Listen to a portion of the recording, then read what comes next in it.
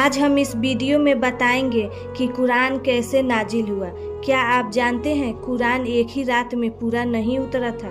आसमान से ज़मीन तक, अल्लाह के अर्श से लेकर नबी सल्लल्लाहु अलैहि वसल्लम के दिल तक ये सफ़र कैसे हुआ, पहली वही कहाँ और कैसे आई, और क्यों 23 साल तक धीरे धीरे नाजिल होता रहा। आज हम जानेंगे कुरान के नाजिल होने की पूरी कहानी।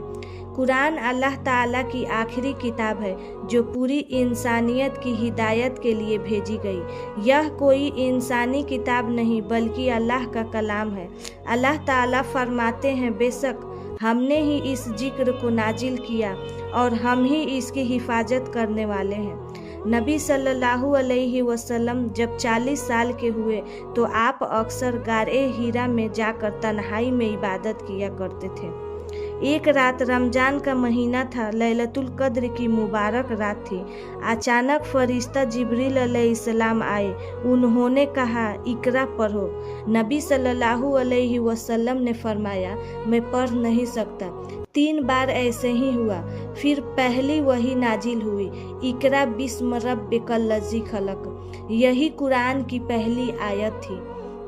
नबी सल्लल्लाहु अलैहि वसल्लम कांपते हुए घर लौटे और हजरत खदीजा रज़ियल्लाहु अन्हा से कहा, मुझे चादर ओढ़ा दो। यहीं से नबूवत का सफ़र शुरू हुआ। कुरान 23 साल में धीरे धीरे नाजिल हुआ।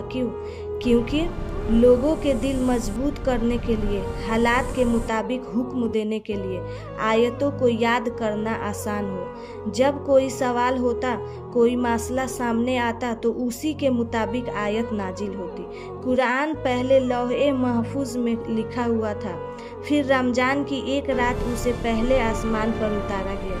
फिर 23 साल तक थोड़ा थोड़ा करके जिब्रील अलैहिस्सलाम के जरिए नबी सल्लल्लाहु अलैहि वसल्लम पर नाजिल होता रहा। नबी सल्लल्लाहु अलैहि वसल्लम के सहाबा आयतें याद कर लेते थे, कुछ सहाबा उन्हें लिख भी लेते थे।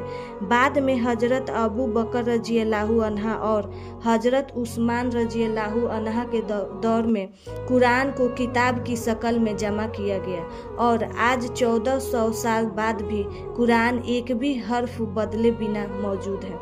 सोचिए, ये वही किताब है जो सीधे अल्लाह के पास से आई और हम रोज़ उसे पढ़ते हैं, लेकिन क्या हम उसे समझते भी हैं? कुरान सिर्फ पढ़ने के लिए नहीं बल्कि ज़िंदगी बदलने के लिए उतारा गया है। अगर आप चाहते हैं कि आपकी ज़िंदगी में भी कुरान की रोशनी आए तो आज से रोज़ कम से कम 5 आयतें समझकर पढ़ना शुरू कर दीजिए। वीडियो पसंद आए तो लाइक करें, शेयर करें और चैनल को सब्सक्राइब जरूर करें। अल्लाह हमें कुरान समझने और उस पर अमल करने की तौफीक अता फरमाए।